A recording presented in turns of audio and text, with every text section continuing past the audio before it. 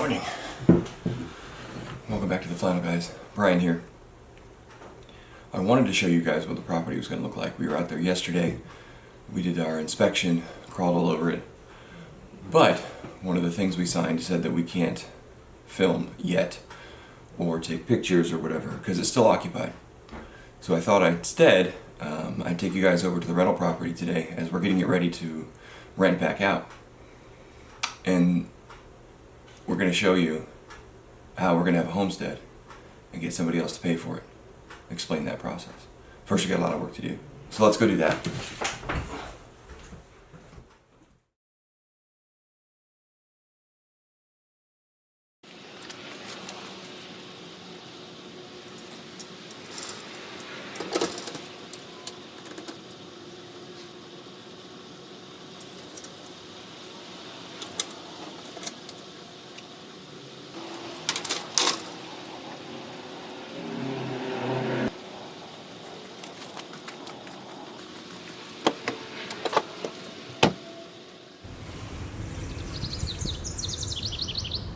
That is the bay. That's how close we are from my house. Well, the rental.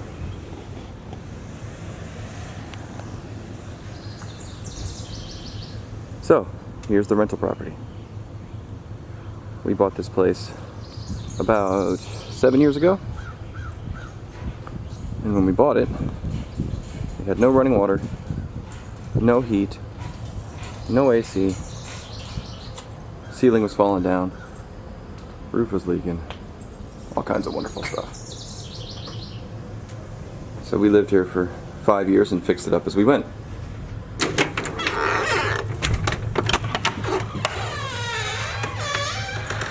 Let's give you the quick tour, shall we?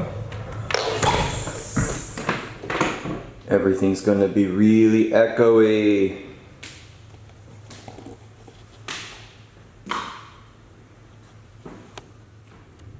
There's the living room.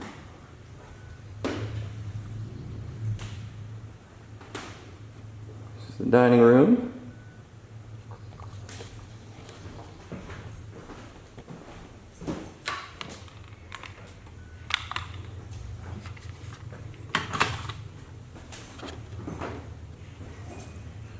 This is the schoolroom.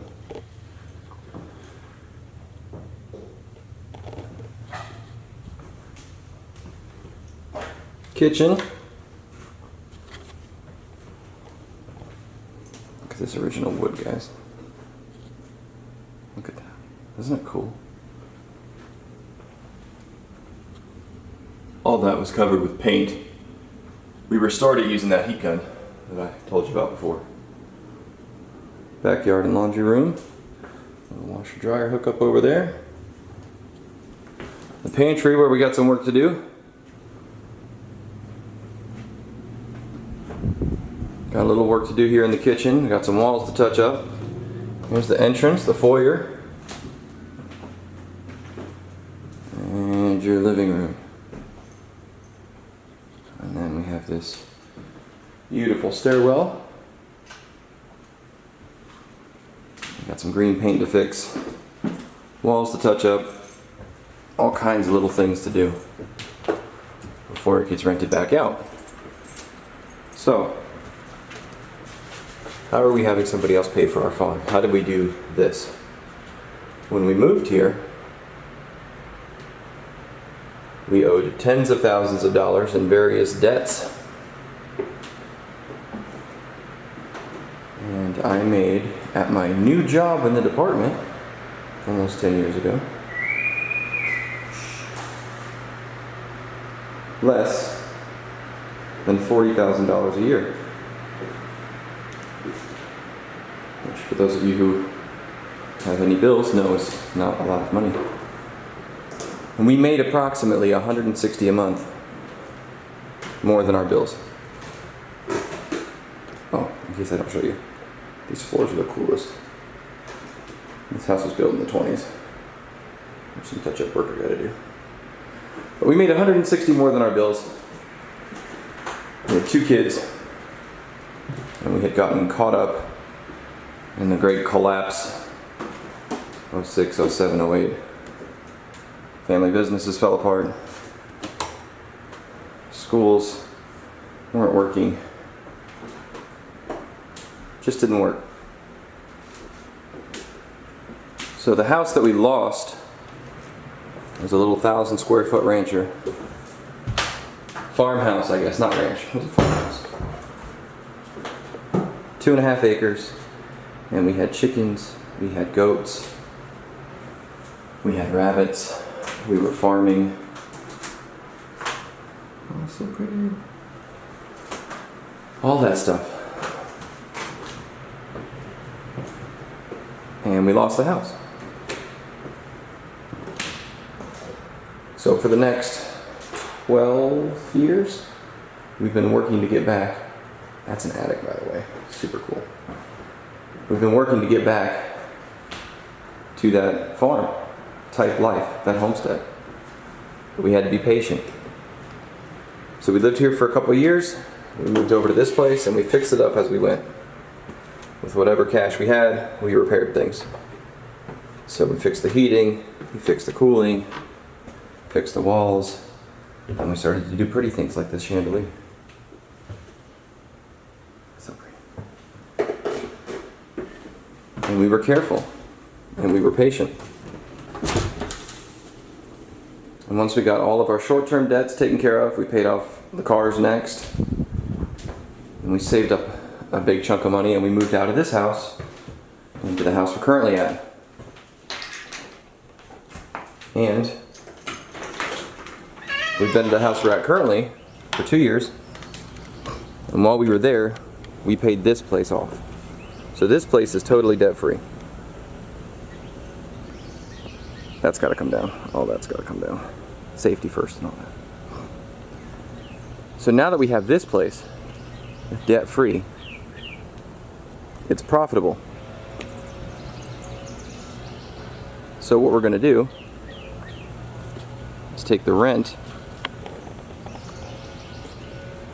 from this place and we're going to pay for the farm. And then because we put so much money down on our other property that we're currently living in, fair market value rent for it is going to more than cover its mortgage. Now this is somewhat risky. We could, in theory, sell both our houses and buy that property that we're going to, the 15 acres, completely debt-free. But I still plan on working at the fire department. My wife still plans on working at her job, which she does from home mostly. So essentially, somebody else is going to pay for my investments. Now, I don't like debt. I really don't like debt. But if my wife didn't work part-time, if I had no overtime or any other opportunities to make money, and nobody rented either one of our houses, we could cover the mortgage easily. Well, I say easily. It wouldn't be a lot of fun, but we could do it. So we're gonna move and let other people pay for the investment. We plan on paying off the next property hopefully in 3 or 4 years, and then it will be profitable. I can theoretically retire from the department in 10 years, so the hope is to be completely debt-free on the farm with a couple of rentals paying for things. Now you might be saying, there's no way I can do that. I don't make enough money, I don't have the patience, maybe my significant other isn't on board with that plan because they like to spend all kinds of money. Let me tell you, you absolutely can do it. We did not eat beans and rice. We have 3 kids now. We did not jeopardize their enjoyment of life just to get ahead financially. We've enjoyed life, but we have made very, very sure that we were very careful in the money that we spent and that it was worth it, that it had value. So as we're fixing the place up, I learned a lot on YouTube channels on how to fix things. You can do that too. You have the abilities to do these things, assuming of course you're not missing like limbs or something. But get a budget, like a real budget, not like the budget in your head, like on paper or on your computer budget. Find out where your money's going. Save it. Save your money. We moved here almost 10 years ago, and we're about to move on to our dream. You can do it. You can do it. So, all that to say, we have some things to take care of on this house. You see that wood up there? That's rubbish. We gotta fix that. I've got that to fix. We've got some electrical boxes that didn't exist. The wires were just kind of like crimped together, so we gotta fix that. The sink has kind of lost some of its mounts. We gotta fix that. We gotta finish painting. There's a bunch to do. As my buddy Sean, the modern yeoman, likes to say, slowly, slowly. Well, I think today I need to move quickly, quickly. So let's see what we can get accomplished today.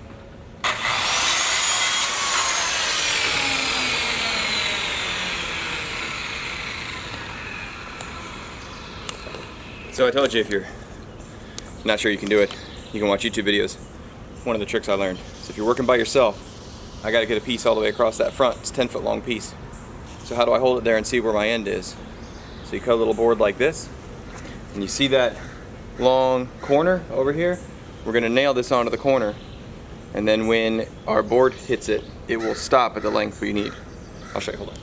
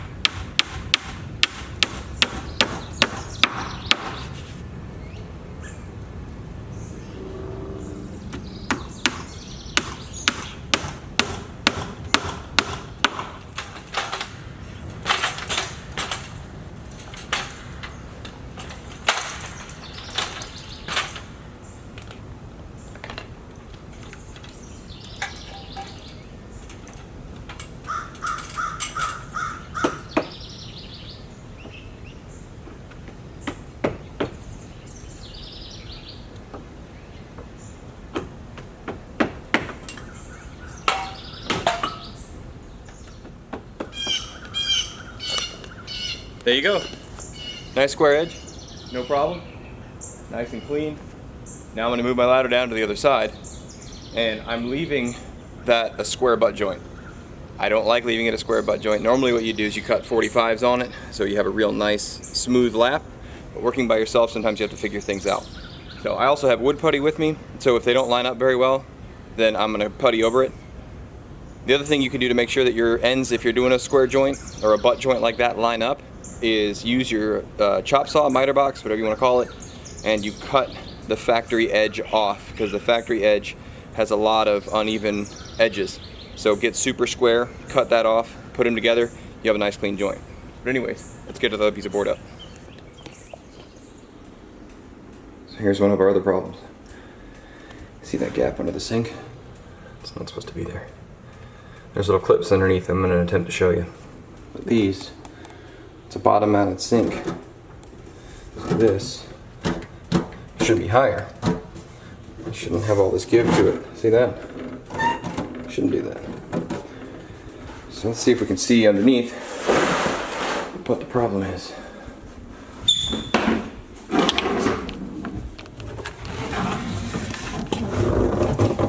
Alright. See that clip right there?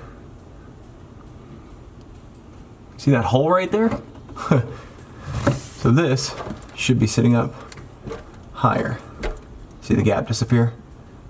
So the way we're gonna fix that is we're gonna put more clips in. Now, due to supply issues, I couldn't find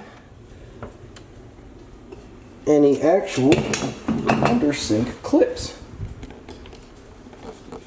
So I bought some automotive body clips, and we're gonna use those. We're also going to use my little handy dandy floor jack here, and we're going to put the floor jack down here on the bottom, put a board against the bottom of the sink to raise it up into position. We're also going to put some professional grade adhesive between the sink and the counter. And then we'll put our clips in. So these are the clips I bought. So for those of you that have done any automotive work, you've seen these before. A little body panel clip. And what they do is they slip in between your body panel and whatever you're clipping to. And it holds for you. And I bought these number 8 by 3/4. I probably should have bought 1 inch, but I couldn't remember how thick my cabinets were and I didn't want to go through the other side. So what we're going to do is use this little hook here on the clip to catch the sink, and we're going to screw that into the cabinet top. Also, the bottom of your cabinet isn't really meant to support pressure like that, so if you can distribute the weight somehow, that'll be good. I have an old cast iron skillet that I found over here. Wow, fancy. So we're going to put that underneath, and hopefully we don't push through our cabinet floor.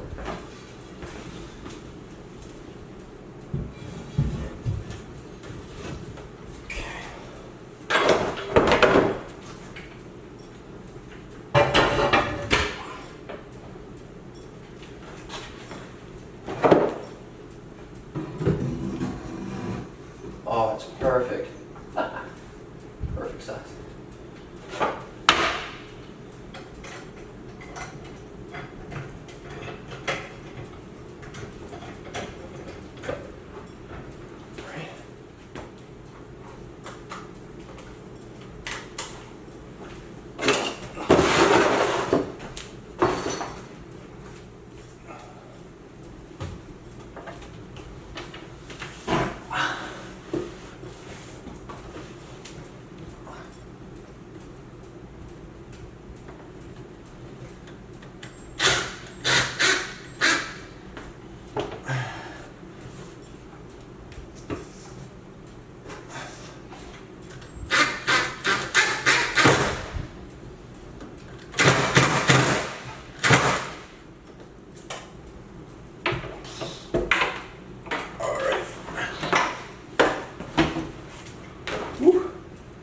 Alright, 1 in.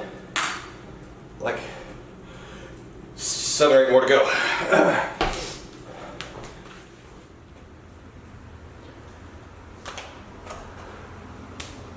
Next fix, these door plungers. And because we're right here on the bay, it gets very windy. So it's torn that 1x3. The problem is this 1x3 has a built-in groove to hold my weather stripping. So what I'm going to do is cut a 1x3, put an angle on it, take that old plunger holder off, and put a 1x3 right over it. And then, so it looks nice, even though that one's not damaged, we're gonna take that one off and do the same thing.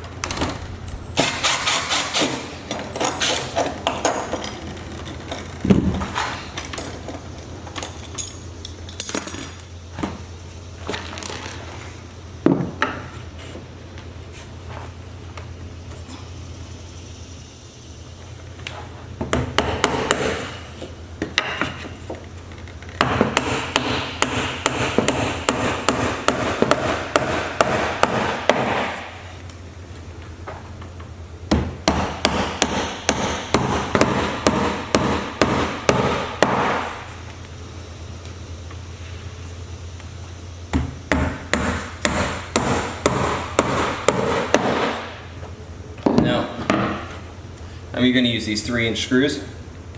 So when I go through this, I should go through this one, through the busted one behind it, and actually into the framing of the door. We shouldn't have this happen again. We'll see. You never know till you try.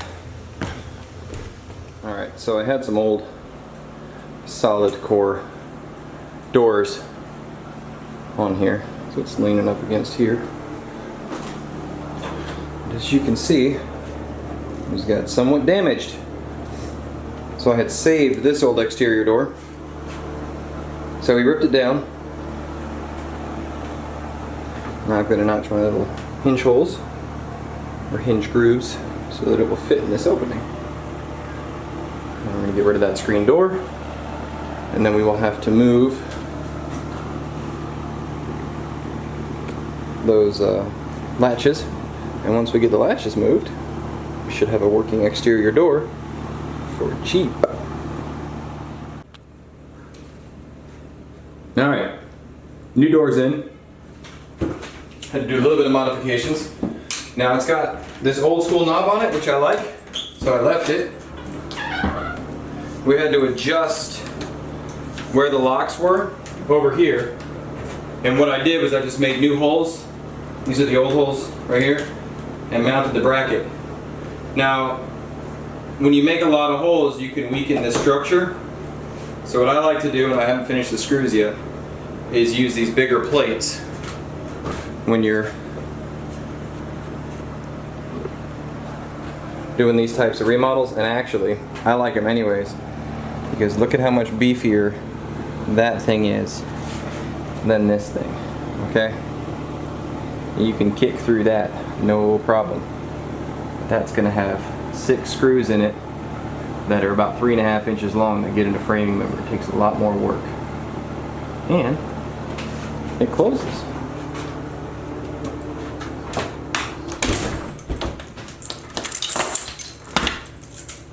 So, we have a brand new old door.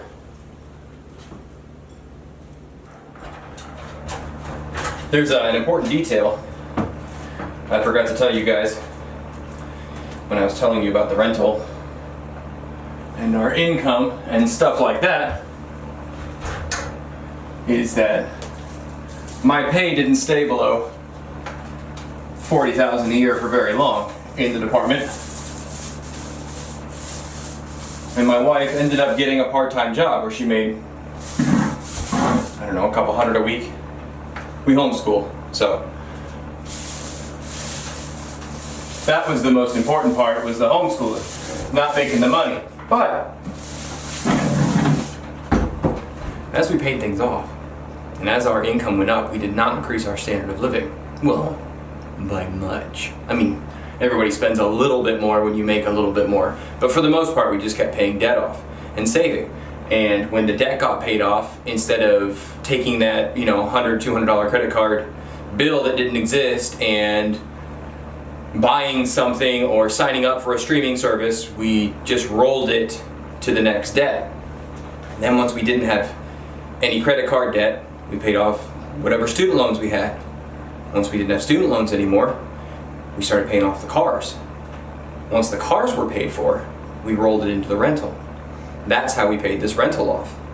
So, we didn't eat beans and rice the whole time either. We wanted to have some fun. So, it's doable, guys. You can do it. The most important thing, before I forget, is a budget. We use YNAB, which stands for You Need a Budget. I don't make any money from YNAB, as I'm sure most of you know. There's only like 100 of you that watch these videos. On a good day, 200. But that budget software that we got really made all the difference in the world in our being able to save. Every dollar has a job. Maybe that job is saving. Maybe that job is debt. Maybe that job is Homestead.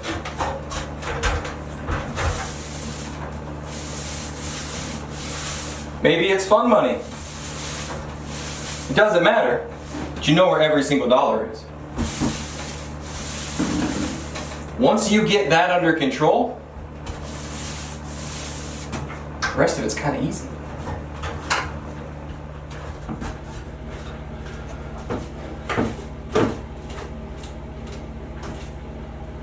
Now, your financial well-being is a lot like going to the gym or a diet plan, anything like that. Nobody starts off, or at least nobody successful, starts off in the gym with massive reps, massive weights, right? If you try and do a diet plan, and considering the demographics of people that watch this channel, I'm sure most of us are in our mid to late 30s, so at some point we've tried to do something. I don't even care if it's bulking, that's a diet plan. And you thought, I am going to do this 100%.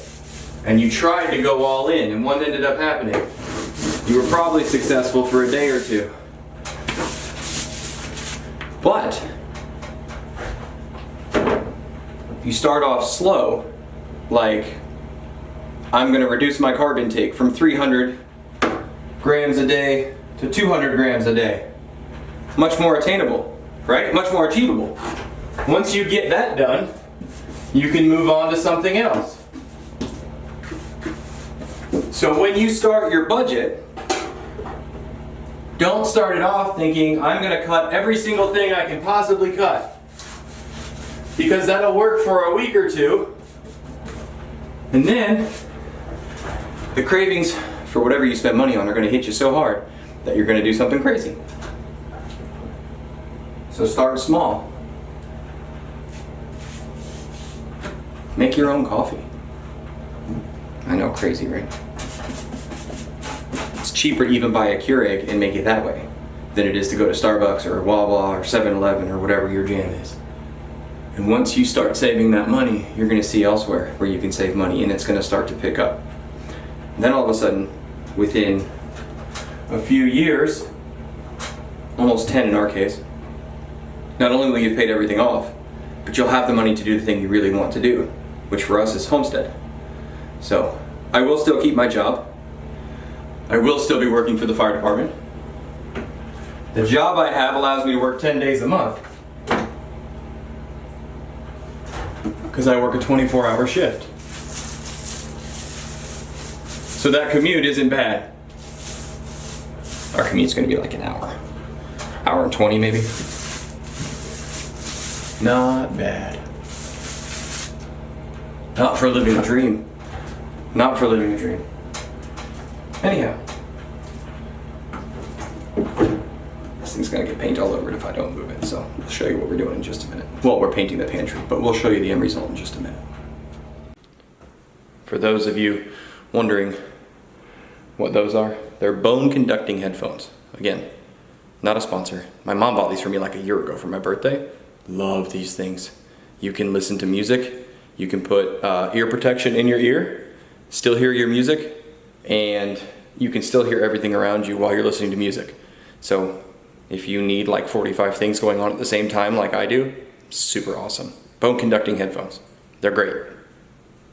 You should buy some. Yeah. First coat of paint's on it. Nice and neat. Alright, now, another problem. All this stuff, these trees and plants, all have to go.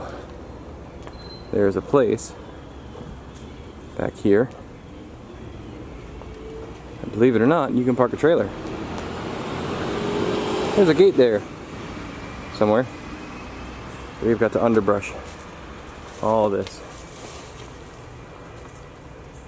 Drag it to the street. So let's get busy. Alright. All done for today. Some cleanup. That whole swing set's got to go. Sorry for the noisy air conditioners. But it's hot and they work well. Gotta take care of that. We got some smoke detectors to put in. I wanted to show you what the back looked like. Now that we've got it all cleaned out.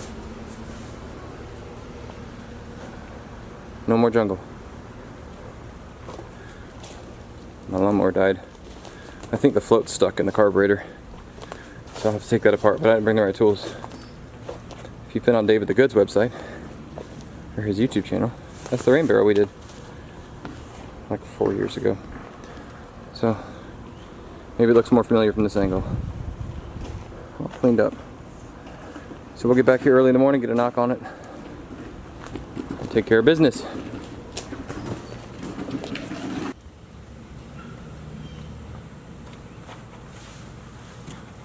Hello. It's time to take down the swing set.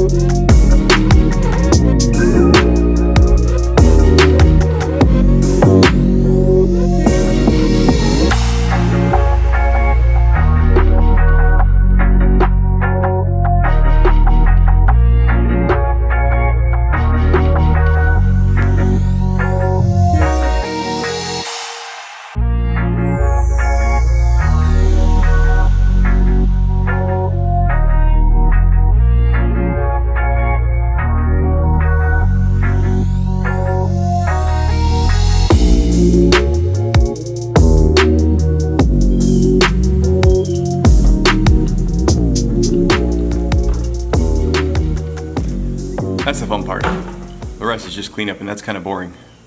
So we'll go to something else.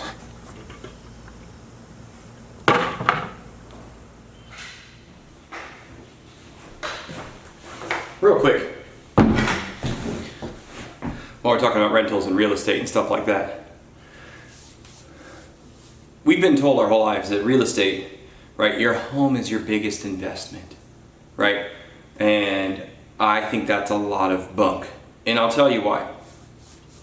Let's say, for example, you bought a house for $300,000 and it's turnkey, totally ready, right? Because a lot of people our age and a lot of people in the housing market in general don't want to buy a fixer-upper. They want turnkey, new build, whatever. So let's say you buy a house and it's $300,000. And let's say in 2 years the market's gone up by 20%. Woohoo! So your house is worth $360,000. Let's say you did nothing to it, absolutely nothing, and you've decided to sell it, right? So you've made $60,000, right? Wrong. How much was your interest on that loan? Right now loans are really good, 3%. And so let's say your overall payment with taxes and insurance, depending on where you live, is somewhere between $1,300 and $1,500 a month. Let's use $1,500 because it's a nice round number, it's easy to work with. So that's $18,000 a year that it costs you to live there. Okay, so your principal hasn't gone anywhere, not really. So you've spent $36,000 over 2 years to live there. Now remember, we haven't done anything to this house, right? The AC still work, you haven't had to pay a plumber, whatever. It's perfect. You didn't even have to paint. You didn't change the floors, you did nothing. So now your actual all-in cost is $336,000. Because remember, investments are supposed to make you money. So if you have to pay to maintain it or pay to have it, that's part of your cost. So now we're what, 24,000 away from that 360? Do you know how much it costs to sell a house? Just for the realtor, it's, I believe, 7%. So 7% of $300,000 is another 21-ish thousand dollars. So now you're at 350, what was it, 57-ish? And let's just assume, because it's a crazy market and all that other stuff, that everyone is paying closing costs except for you, the seller. So for all of that, for 2 years, you made $3,000? And that's if everything went right? That's a terrible investment. A terrible investment. Now let's say you bought the house for $300,000 and you did $30,000 worth of work. And you did it all yourself, everything yourself, and you lived there 2 years, you did the same thing, except it's worth like $400. Well, after you pay yourself, you haven't made much money. It's not a good investment. Now, that being said, you do have to pay to live somewhere. So, getting your money back that you paid to live there is better than paying your money potentially in rent and getting nothing back for it, depending on how much the rent is. That's also dependent on a 20% return or 10% average per year, which is not usually the case. If memory serves, over, I don't know, the past 50 or 60 years, if you average out home prices, they've gone up by like 5 or 6%. So you're looking at more like a 12% return. Again, current circumstances excluded, because we're on a bubble right now and it's artificially inflated. So how do you make money in real estate?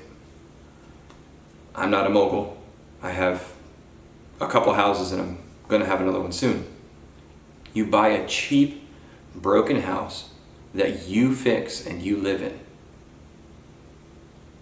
And if you don't know how to fix things, YouTube it. You can do it. You can fix things. Buy the tools. Do you know in general it's cheaper to go buy whatever the tool is that you need, all the materials, and to do it 2 or 3 times? If you had to buy the material because you messed it up, buy all the material again, you messed it up, buy all the material again, that is still cheaper, usually, than hiring somebody. And you get to keep the tools, and you learn. And so, we're not selling our house. This house, we spent 10 years, not 10 years, I'm sorry, we've been here in the area for 10 years. We spent 5 years living in and fixing, and then we moved out, and then we were able to pay it off. So now this place generates money every month for us, which is going to pay for our farm. And when we do sell it, if we ever sell it, but let's say in 20 or 30 years we sell it, we'll have 20 or 30 years worth of rent that came in, and we'll still have the house to sell with that big chunk if we wanted it, which we don't, because we're thinking of grandkids and great-grandkids. So we are trying to establish things that will create wealth for multiple generations. So there's a very smart financial guy whose name rhymes with Shramses, who said, live like no one else today so that tomorrow you can live like no one else. You can do it. You can do it. It took us 10 years, give or take a few months, to get from owing thousands and thousands of dollars to owning, so far, one house outright. Anyways, I just wanted to talk to you about that because I hear commercials all the time. Your home is your greatest investment. Well, that's a terrible, terrible philosophy. If you paid it for it in cash, then yes, maybe it is a great investment. But I don't know about you, but there's not many of us that have hundreds of thousands of dollars lying around to plot for where we live. Anyways, I gotta get back to work.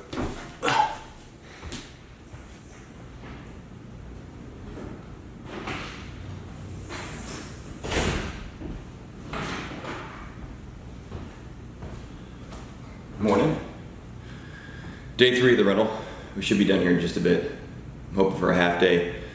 Kids have music lessons later. So what we have left, there's still some more white paint to touch up. That new door we put in, I need to paint the trim around it. We have some boxes to put in around some electrical wires that were not done correctly.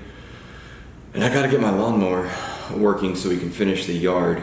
And then it's just a bunch of cleaning, which is of course my favorite part. So that should be it. We should get it wrapped up and on to the next one. So let's get busy. All right, that's it. House is done. Everything's cleaned up, buttoned up. Just need the property manager to show up and let us know if we need to do anything else. I'll show you real quick some of the things we got done. You can see the sink isn't sagging anymore.